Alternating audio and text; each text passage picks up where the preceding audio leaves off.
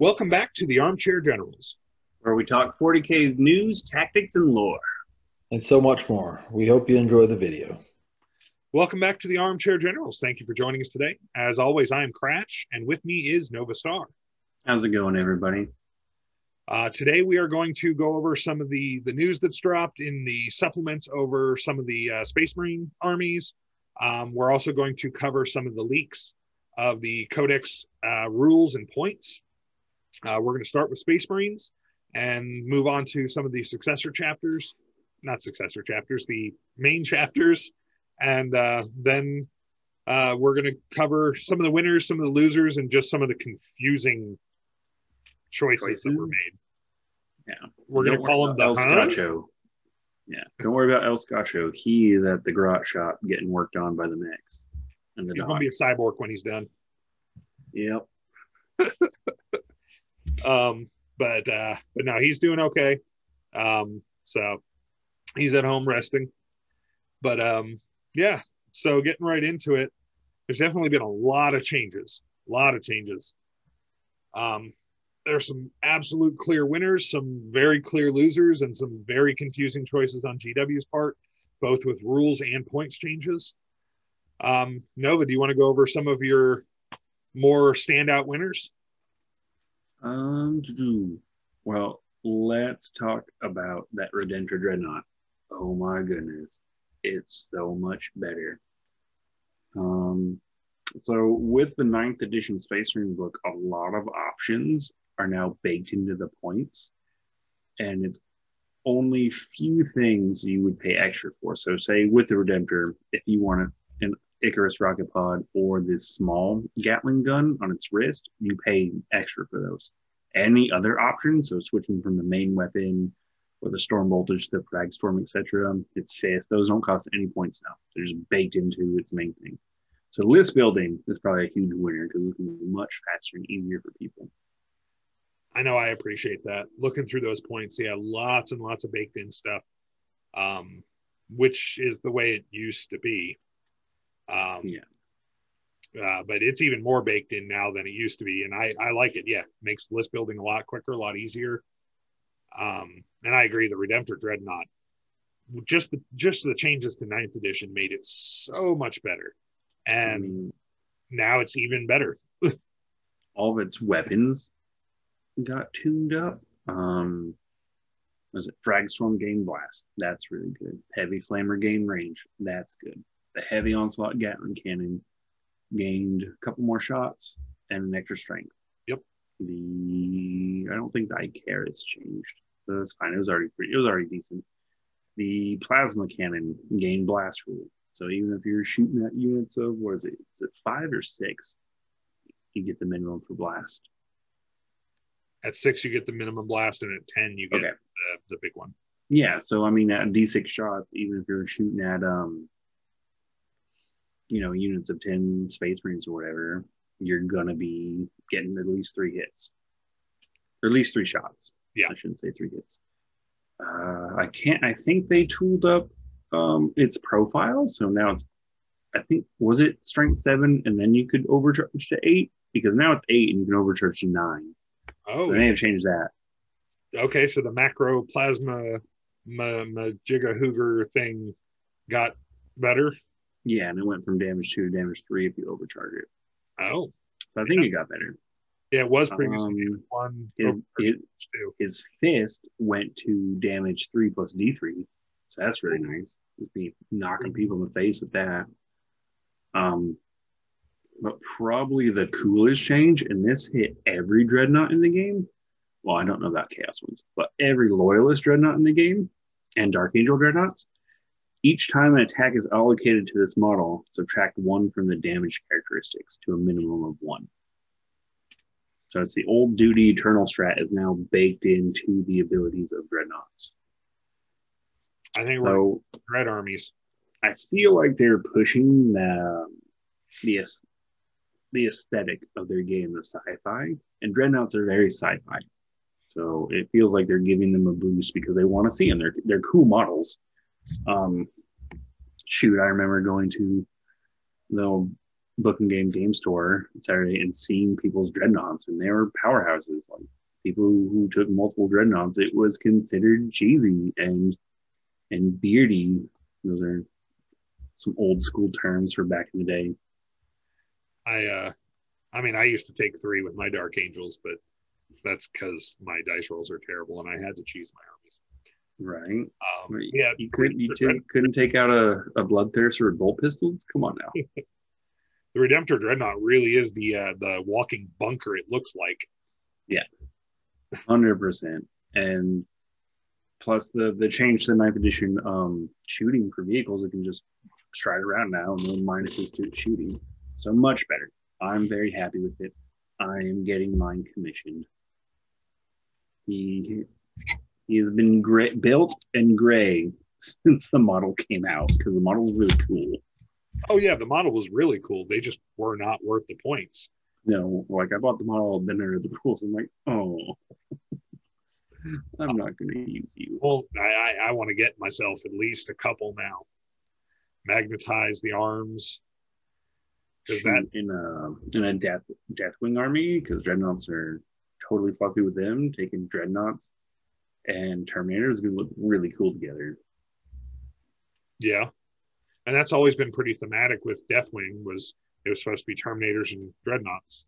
I think that was all you could use in the 3rd edition book was Terminators, dreadnoughts, and Land Raiders. Yep. For your Deathwing army, your characters had to be in Terminator armor, and then Deathwing Terminators were troops choices, and yeah. I miss 3rd edition in a lot of ways, but things are definitely feeling like they're leaning back that way, leaning more into the sci-fi, leaning more into the dynamic gameplay. I love it. And Redemptor's getting better one of them will look great in bone. So any other big winners in your opinion? I really like the new Gladiator tanks. They're all very close in points to each other, and they all fulfill a very, very specific role. They do. Well, the cheapest and arguably not as good as the other one, the Lancer, is really good long-range firepower. Like, it doesn't need to get up close to do its thing, and it's getting +1 to hit on its main cannon. It's a super heavy hunter. But then when you want to go annihilate infantry, the Reaper, I think, can put out like 40 shots at 15 inches. It's so gross. What was that meme? New vehicle go Bert. Yeah, Bert. Let's see. Bolter, it's got 2 of those. 8, 16. Yeah, at 15 inches, it puts out 40 shots. Oh, wow. Or more if you give it like the little gun on the stubber on the turret. Oh, yeah, because it's got a twin heavy onslaught Gatling cannon. Yeah, so I have an idea for like an impulsor rush Blood Angel army. I would definitely back it up with Gladiators because they just look cool. Like nothing but impulsor chassis. I think we're going to see a lot more varied Space Marine armies now, with new battle tanks in the Gladiator. My personal favorite of all the new stuff is those heavy Intercessors. Do you want to talk about the Valiant? Because I know like you're getting a kick out of that tank. I love the Valiant. I just think it's fantastic. It does need to get closer to do its work, but I think it's fantastic. I mean, 2 Las Talons, 2 twin Las Talons, so it's got 4 shots. And then 2 multi-meltas. I mean, and so 4 multi-melta shots. I mean, that is just a lot of anti-heavy vehicle fire. You do have to get closer, though. You do have to get closer. It reminds me in Halo, you have to get like 2 tanks trying to get close and like fight each other in a Halo match. Kind of, yeah, because the tanks were not very accurate. What is the range on that twin Las Talon? 24 inches. 24. Okay, yeah, I thought so. It's half of a las cannon. Yeah. So I mean, I think it's a really good one, but you are going to pay a little more for it. It's $250 versus the Lancer's $200, and then the other one's $230 right in between. Mhm. right? 230. I think so. Yeah. Well, it's funny because I had originally estimated based on the power provided that they were going to be between 220 and 240. And so one's right in there with 230, one's a little over at 250, and one's under at 200 flat. I thought they were all going to come in around 180 to 200, but only the Lancer proved me correct on that. Well, time will tell if they're worth the points. Right. I just love the look of the long barrel in the Lancer. It's the most tank-like looking of the ones, or modern, like, actual tank-like looking of them. I'd say some of them older tanks had some stubby little cannons too. Yeah, they got replaced real quick because it sucked.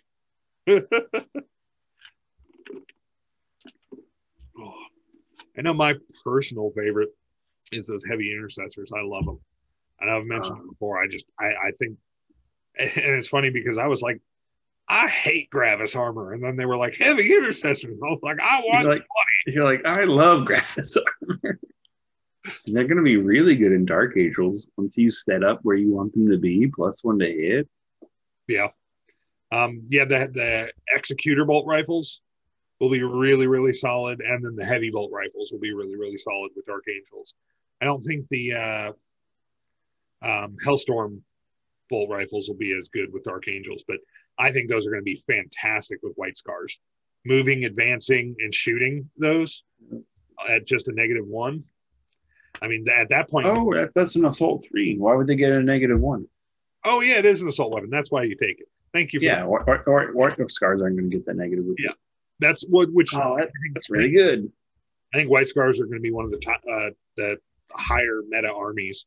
I mean, the list I've got written up is 3 squads of heavy intercessors with the Hellstorm bolt rifle, 3 squads of eradicators, 3 squads of Hellblasters with the assault plasma incinerator, which is now 3 shots.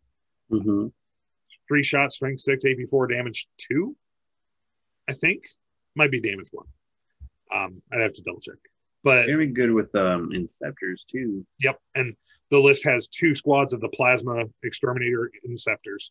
And why is it all the good White Scars lists don't have bikes? Because it's the grand illusion of the Imperium. White Scars don't use bikes. It's just, they're just Imperial propaganda.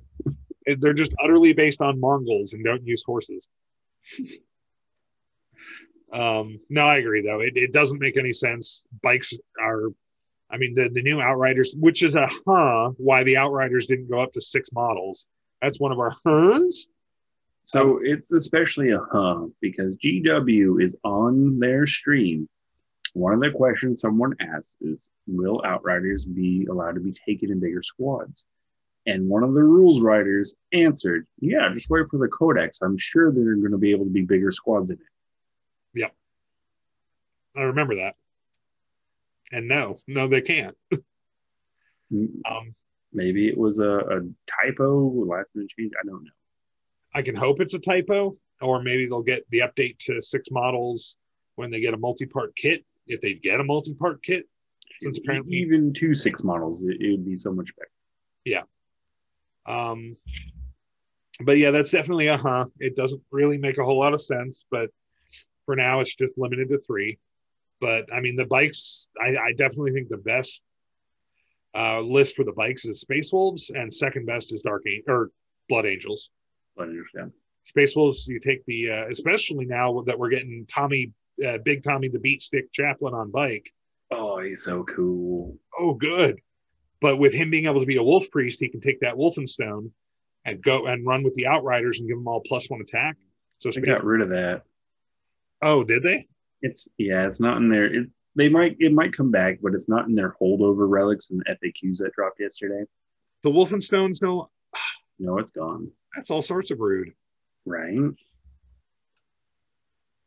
No Wolfenstone. No Wolfenstone. Well, that's rude. Okay, well, the tactic was going to be to stick a Wolfenstone on a Wolf Priest on bike, or Primaris Wolf Priest on bike. Now that we've got Big Tommy Beatstick, and send him with the Space Wolves, and they end up with like 7 attacks on the charge a piece. I mean, it was brutal. Blood Angels are just as good, but they require an extra character to get there. And so Space Wolves didn't need 2 characters to get there. And that was really the only difference. Other than that, the Blood Angels are just as good as the Space Wolves on the Outriders. But yeah, the math on their attacks was really close and very brutal. Yeah. Well, that's unfortunate. Oh, I did not notice that. So actually, as of right now, then the Blood Angels might be a little bit better. Though, I mean, they don't even have the special. I don't think the special rites of battle that each chapter had. I think they've been nixed too until further supplements come out. Okay, well, thank you, GW. So no more, was that like the Wolf Lord and versus the Kraken or the Beast or something? So you could have your dudes wound better against monsters. No, and well, I mean, you were talking about the Death Watch thing where they can get 5-man squads of Outriders. Yeah, I'm going to say it's a loophole in the rules because you can take like 5 Death Watch Intercessors and kill team them with 5 other models, and some of those models are Outrider bikes. And then, as of right now, you can combat squad off the Intercessors into their own squad, and it just leaves you a 5-man squad of Outriders. Yeah, we'll see if it gets FAQ'd. It might not. If we find out that was a misprint or something like that with 3-man Outrider squads, they might not. I don't think they'll be FAQ'd. I think they'll be changed in the supplement. Because all this stuff is really just to get you by. And you have to remember, all this stuff was written months ago. Yeah. I mean, even the playtester's own mouth, one of the guys was saying this was so long ago he didn't remember the stuff that they even worked on. Because of how in the pipe these things are. Overall, though, I think White Scars are going to be a big winner when everything unfolds. Actually, I think Iron Hands are going to do pretty well with Dreadnoughts being so much better and their abilities that they already have. And I know they were really, really good, and then they caught the Nerf bat to the face, 7 or 20 times. Yeah, they'll actually be really good with the heavy Intercessor army too. Yeah. Something we've noticed over the years, and if you're new to the game, Games Workshop, as much as we love them, have a habit of double tapping everything when they nerf it. And instead of just nerfing it a little bit to see how it plays out, they hit it with the Nerf bat about 8-9 times and make sure it's going to stay down instead of, seeing how things unfold. Yeah, it's like one of the losers, I think, is the Victor Tactical Warsuit. It lost its special deployment. Which was the reason to take it. It didn't need to lose that. They're almost not worth taking, in my opinion. They're a decent dreadnought. They're nothing special. They're not even a dreadnought, though. They don't even get the dreadnought keyword or like the cool -1 damage like the other dreadnoughts get. Oh, so they don't even get that. Yeah. Okay. Yeah, I mean, at that point, you're better off paying the points for a regular old school dreadnought that gets the -1 damage. I mean, and yeah. Okay. I think they're about the same price as the Redemptor. And the Redemptor is 2 inches slower. It's tougher. Has that damage mitigation. Like the Redemptor is just better, in my opinion. Yeah. And if the Warsuit had kept its infiltration, then you actually have a reason to swap between the two. I mean, the infiltration was the reason you took the Invictor over other choices. Its firepower is decent for the points cost, nothing special.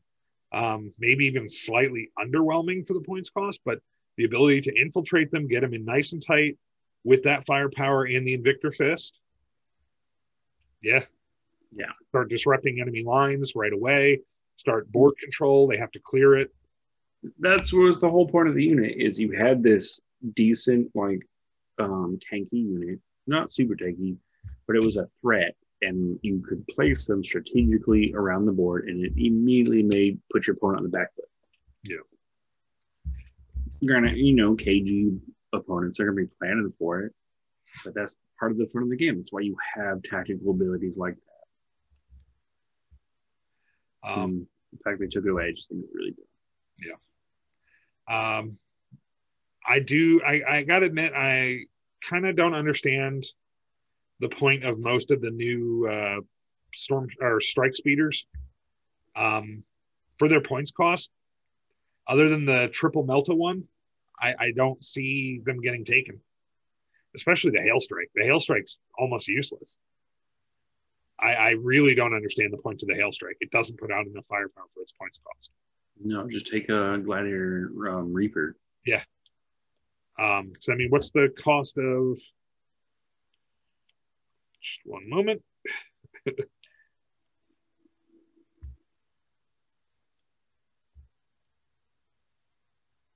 Apologies. That's Phobos. It doesn't even have Phobos, so it can't even do it. So yeah, the hail strike speeder is 150 points. I just don't think it's going to be worth that. At 150 points, I'd rather pay 35 more and take a Redemptor Dreadnought. Yeah, 100%. I mean, with all the deck up. Anti-infantry, and that Redemptor is much better anti-infantry. The Hammer Strike, I think that's the one that uses the triple Melta. That one, I think you're going to see the Melta Destroyer, just because you can get close enough and it's fast enough. Yep, you can zip it forward. You know, for turn one, you can have it in range to get the bonus damage. It'll definitely be taken in Dark Angel armies because it gains the Ravenwing keyword. So it means you can have the Shroudy speeder fly with it and give it negatives to hit. And with the updates to Jink, so with Jink, Jink, so good. And yeah, with Jink for Ravenwing now, as long as your model moves, it gets a 5+ invulnerable save. And if it advances, it gets a 4+. But you're not going to advance this; you're going to move forward and blow something up. As far as the chapters, I definitely think White Scars are going to shine with a lot of the Gravis units and whatnot that are coming out. Dark Angels are going to be all kinds of nuts. Oh, Dark Angels is going to be super good. With the Deathwing now ignoring wound rolls of 1 through 3 against them. Yeah. Against Deathwing, you can never wound them on better than a 4+. So that's going to make it really, really, really hard. Dark Angels have always seemed to play second fiddle to Blood Angels in like their power level. But I really think Blood Angels didn't move anywhere. They're going to stay where they're at. Like they're very strong. Their nerfs weren't hurt. Sure, they lost Smash Captain, but everyone lost Smash Captain, so that's kind of like a accident out. They're super strong, but Dark Angels got like really, really buffed, and I think almost, if not to the point of Blood Angels. I agree. So I think Dark Angel players are going to be really happy. I'm happy. I haven't looked at playing Dark Angels like avidly in years. As much as I love their fluff and their lore, they've been garbage for a long time. Well, now we really got to start thinking up of a doubles army for Adepticon. Or even LVO, I think, is doing a doubles 2-man event. Oh. Mm-hmm. We could do our Angels of Death army. Yeah, might need some retooling now. Definitely might need some retooling, what we were thinking. Oh, I'm going to take Death Company Intercessors. Oh, my God. So good. And so Dark Angels, I can definitely see heavy Intercessors being solid for Dark Angels. I can see... there's a lot I can see being solid for Dark Angels, but Terminators, Deathwing Terminators are just going to be nasty. Trying to move them off an objective if they don't want to move is going to be very, very difficult. What was the Ancient, the 5+ Feel No Pain. Oh yeah, he gives all Deathwing units. So I think this works on him too, because it doesn't say core; it just says Deathwing. And he has the proper keyword, but it gives all Deathwing units in 6 or 12 inches. I don't remember the range of it. 5-up, Feel No Pain, or a 5-up Shrug. I don't think Feel No Pain is the actual thing. So for all our viewers who don't know, every single rule that says, "Oh, if your guy takes a wound, roll this dice. If you ignore on X, he's fine." That used to just be called Feel No Pain. Now for every army, they've called it something different. I wish it's disgustingly resilient for Death Guard. It's just part of the Black Rage for Blood Angel Death Company. I wish they'd go back to more universal special rules rather than all the bespoke ones. A few more USRs would be really good. They went back to everyone having a cool sounding name because it was working really good in 40K's test game, also known as Age of Sigmar. Yeah, their test bed. Yeah. I mean, everything we see in Age of Sigmar seems to, if it's successful, carries over. Mm-hmm. So, yeah, Dark Angel are definitely going to be a force to look at. Their characters are really, really good. Their relics are pretty solid. Their rules are really good. They're right up there with Blood Angels. You're going to see, I think, a lot of competitive armies from Blood Angels. I think you'll see a lot of competitive armies, Blood Angels, Dark Angels. Space Wolves look okay. I'm hoping with their Codex supplement, they'll get a bit of a boost. They don't seem to have picked up much from we'll call it the fattening. Yeah. In fact, there's a few Huns in there, like Poor Wolfen.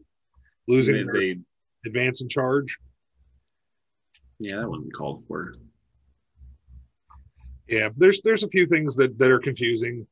I think, like Space Marine Centurion Devastators are still overpointed, and they didn't pick up a wound, even though all the regular Space Marines were supposed to go up a wound. They didn't pick up a wound. They're still overpointed. I mean, Robbie G is a super aura still affects characters. It's better than normal. Yeah, it affects all Ultramarine core and characters, and then core get to reroll wound rolls of 1. So he's basically a souped up chapter master and lieutenant in 1. Well, that's good. Especially with the current little exploit that I'm sure will get FAQ'd very quickly. Yeah. You want to tell people about that?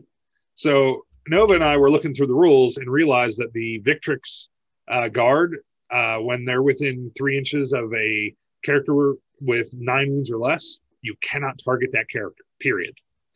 Well, Victrix on their own are not characters. So you can hide Victrix behind Robbie G and block line of sight to them. And then that whole little mob cannot be targeted at all. Now, if one of our fans is going to be like, well, that's not how it works in the rulebook, please let us know if we're wrong. I'm not going to go get my rulebook. I'm just going to wildly speculate on how fun the rule is until they fix it. And if you ever see anything that you think we're wrong on, feel free to comment below. If you like our content, feel free to comment below. We'd love to interact with you guys. If we get rules wrong, please let us know. It's going to happen. We didn't write them. Sure is. Shoot, even if we did write them, we'd probably get them wrong still. Probably. I think even the rules writers get their game wrong. Oh, no, I didn't mean to write it like that. Well, you did. But that wasn't my intention. Too bad that's not what you wrote. Big Tommy Beatstick, the chaplain on bike, is definitely a huge addition to the game. To Space Marines, not to the whole game, but to Space Marines. I absolutely love the model too. Oh, it looks so cool. Space Marines don't have as many Huns. We're going to be doing Necrons, going over some of the Necron stuff as well. They got a lot of great stuff, but they have some weird Huns. Any other winners or losers there, Nova? If you like your ball predators, the flame sword cannon went to 18. I don't think it was 18 before. No, I think it was 12.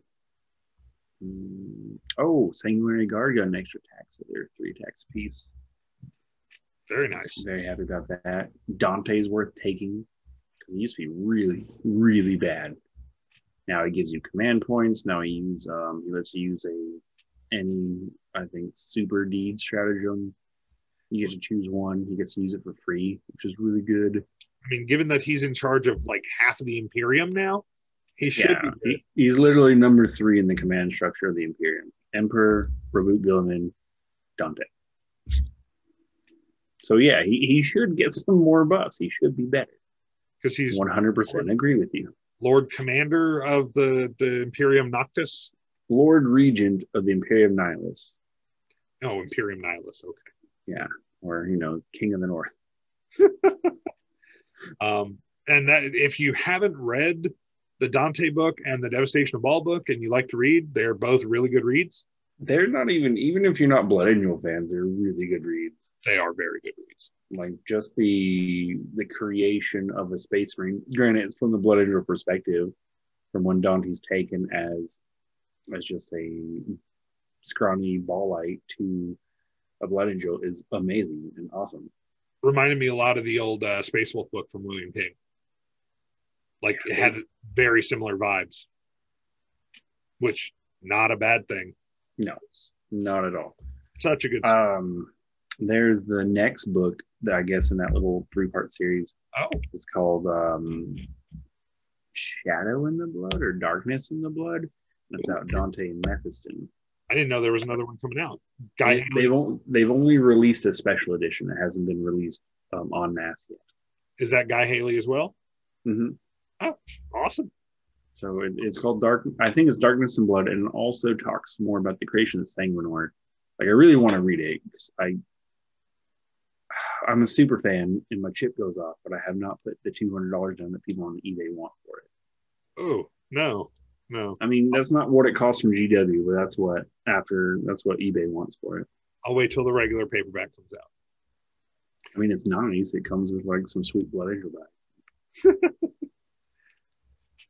All right. Well, thank you for joining us for this video. We've gone over some of the Space Marines. I mean, obviously not super in depth, but we'll probably do a greater breakdown when we have the Codex in our hands and can flip through it a little quicker.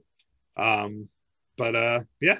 Thank you for joining us today. If you like this content, make sure to smash that like button. Subscribe so you don't miss any videos from us. Hit the notification bell for the same reason. And we have been the Armchair Generals.